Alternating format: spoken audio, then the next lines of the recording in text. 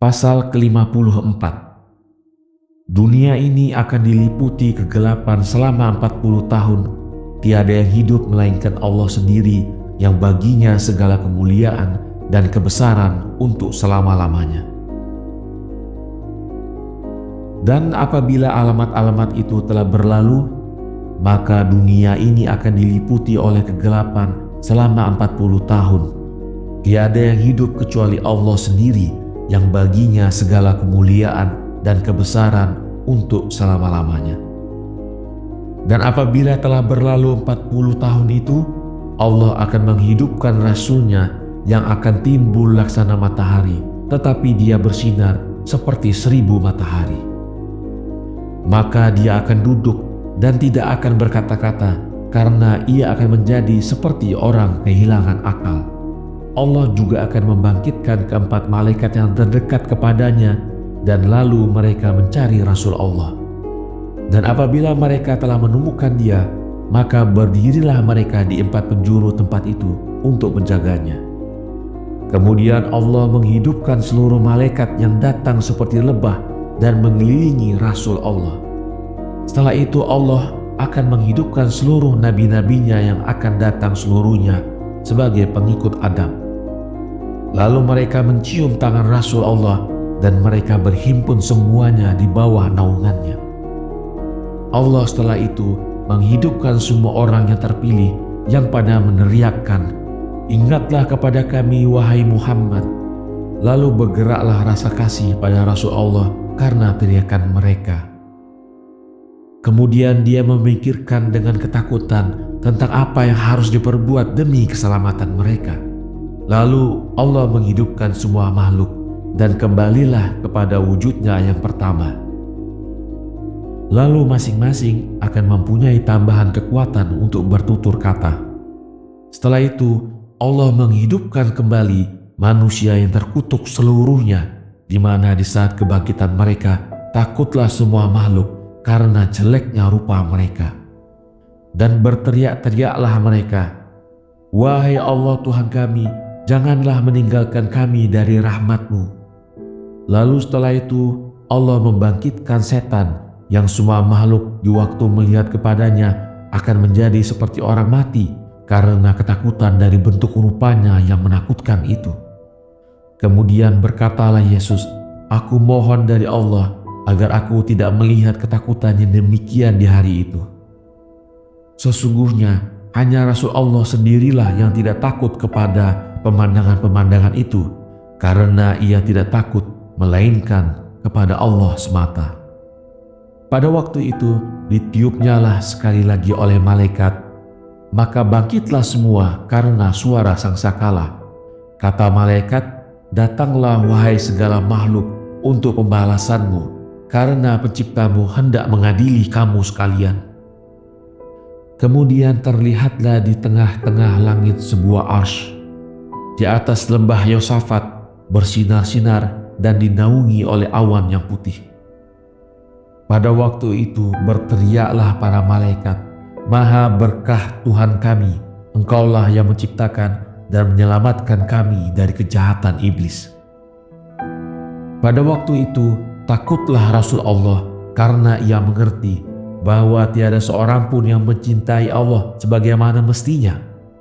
Karena barang siapa yang menerima melalui pertukaran dengan sekeping emas, maka ia mesti mempunyai 60 filis mata uang.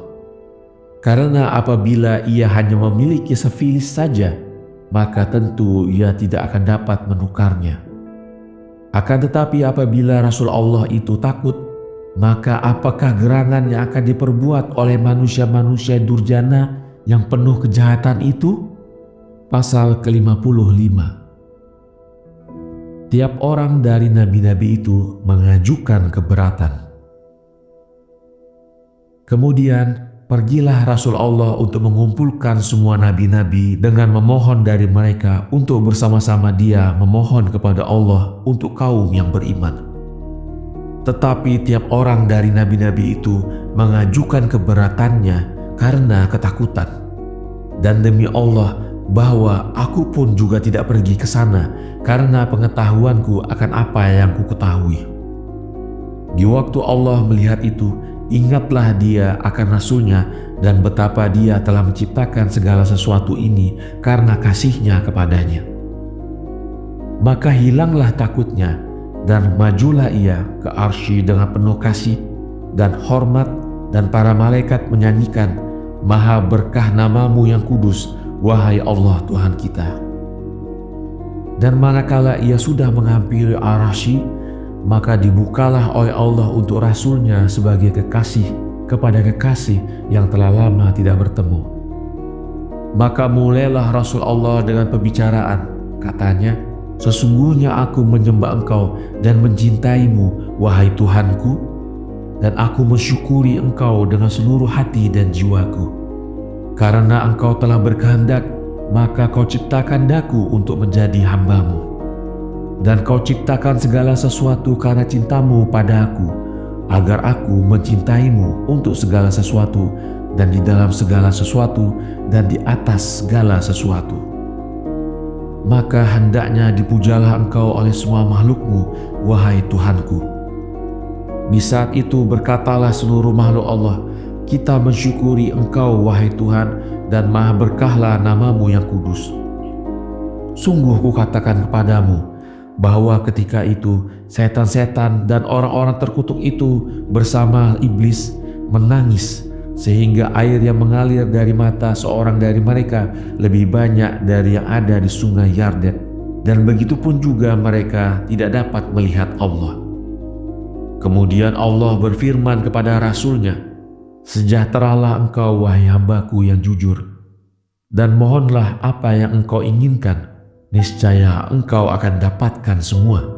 Dan menjawablah Rasul Allah, ya Allah, saya ingat bahwa dikala engkau menciptakan daku, engkau berfirman bahwa engkau hendak menciptakan bumi, surga, malaikat, dan manusia oleh karena cintamu kepadaku, supaya mereka mengagungkan engkau dengan perantaraan hambamu ini.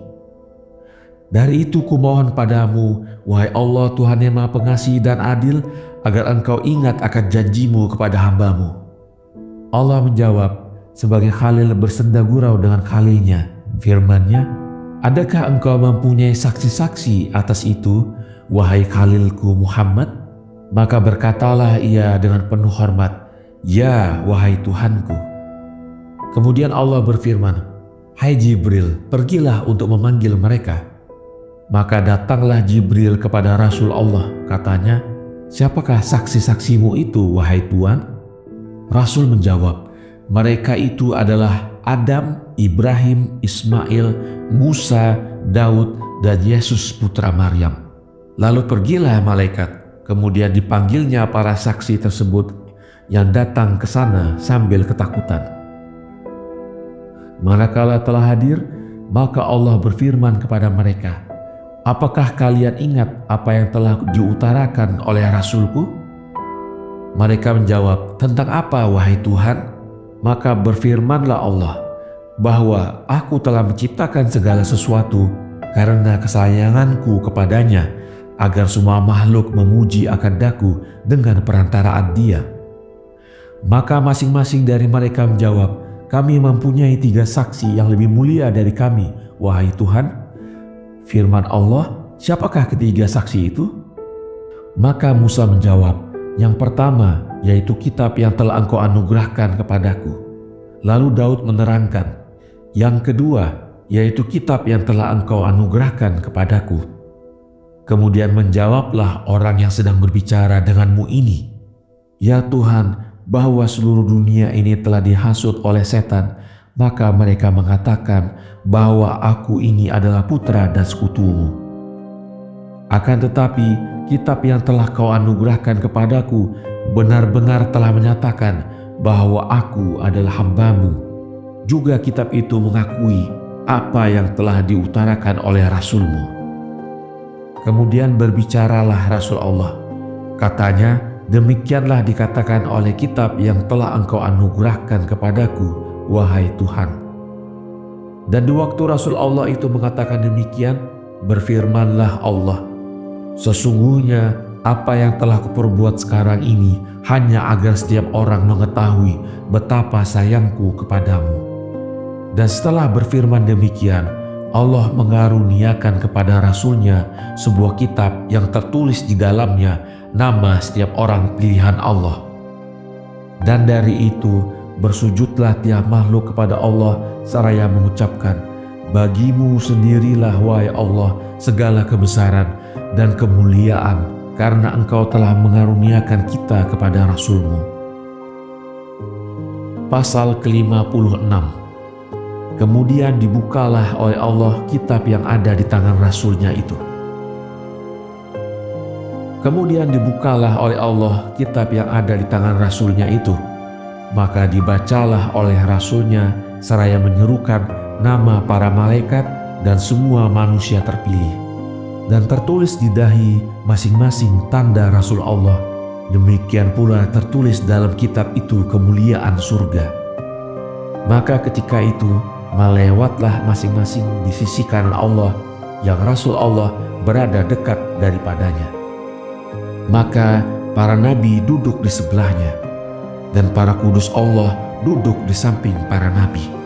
Lalu manusia-manusia yang diberkahi Allah itu duduk di samping orang-orang kudus. Kemudian ditiuplah sangkakala oleh malaikat dan memanggil iblis untuk diadili.